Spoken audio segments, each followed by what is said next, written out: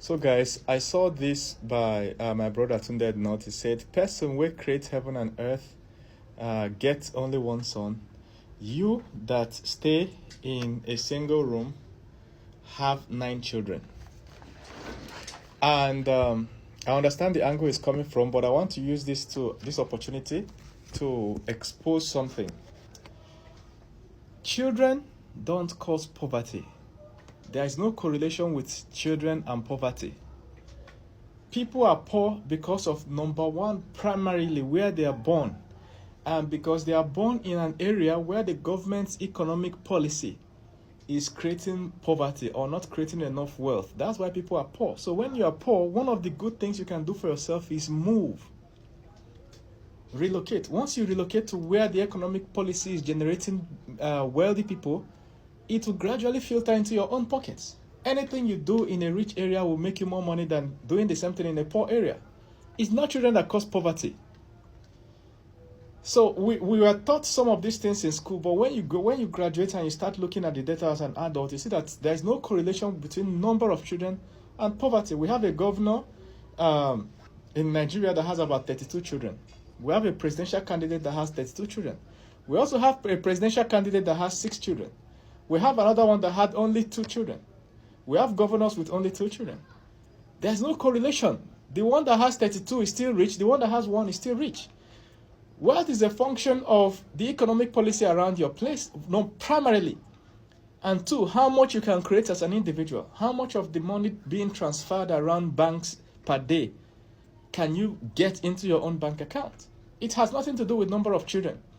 Any street, pick any street in the world, where you see a woman that is poor with 9 children cramped up in one room, in that same street, you will see a single guy or a single lady still living in their own one room and still poor. When you look at a poor region, you notice that everybody there is poor, irrespective of how many children they have.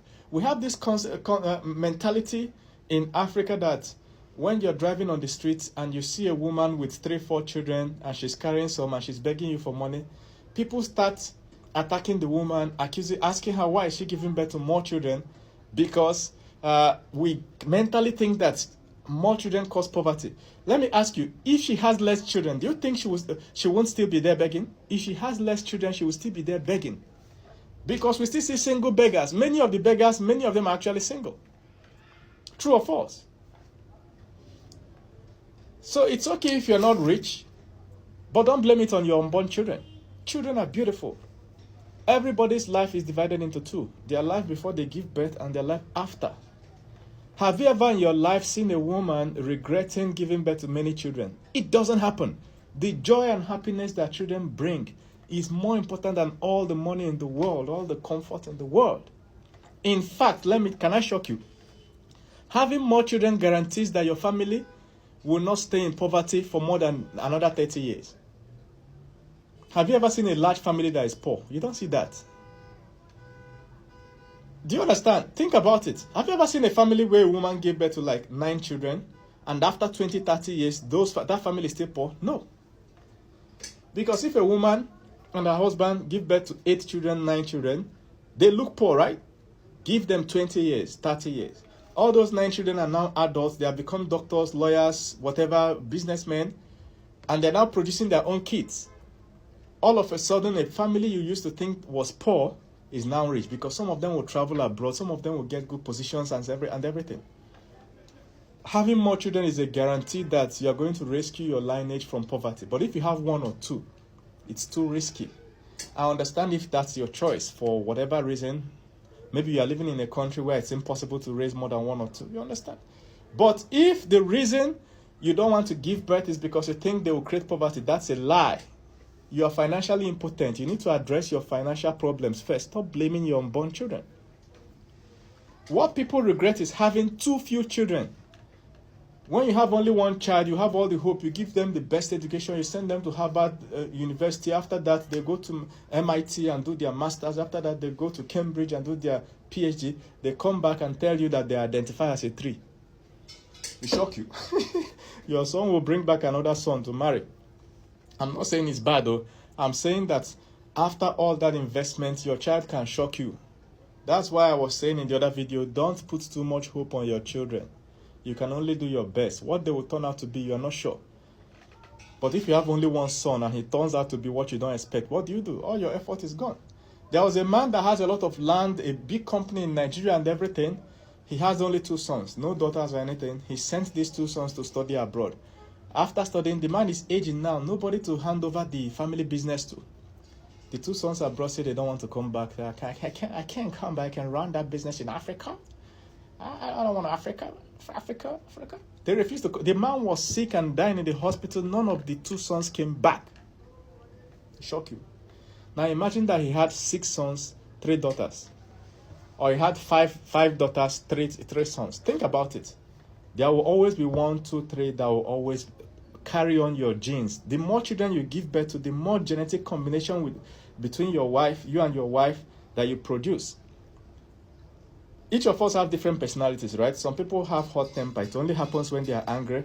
Some people are funny. It only happens when they are with their friends.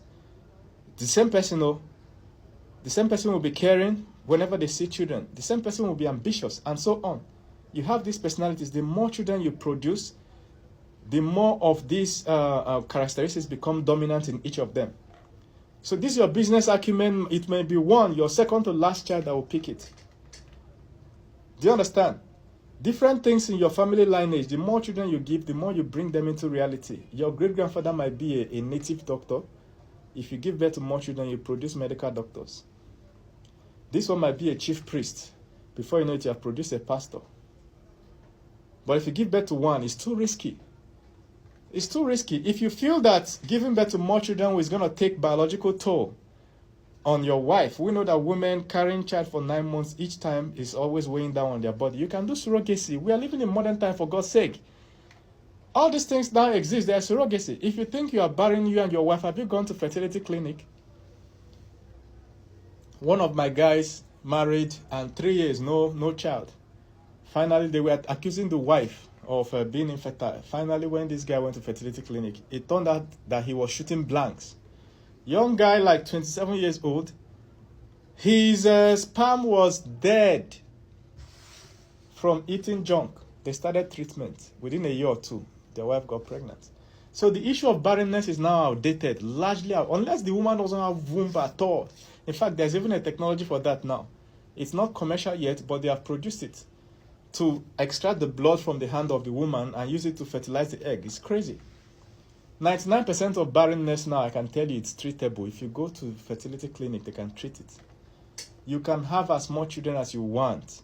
The only thing is you watch your economic power. If you are not financially potent, you go and study more finance. Concentrate more effort in growing your wealth.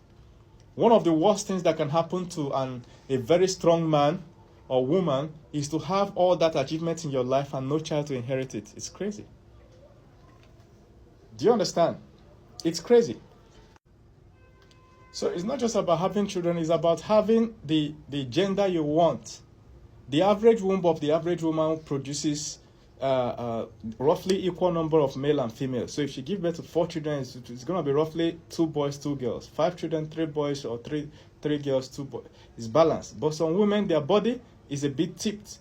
The acidity in their organ is higher.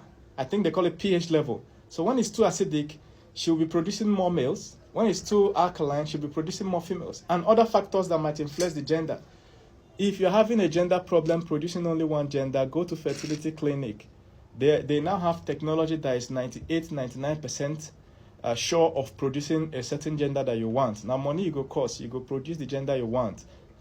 There are also other natural ways of doing that. This one that you give birth to 9 girls because you're looking for a boy, or give birth to 13 boys, divorce your first wife before. That's olden days.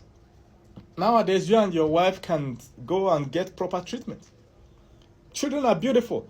Anybody that you are dating as a man or a woman that tells you, I don't like children, don't marry that person, because they are going to bring misery inside your life. There was a man that says he works so hard every day.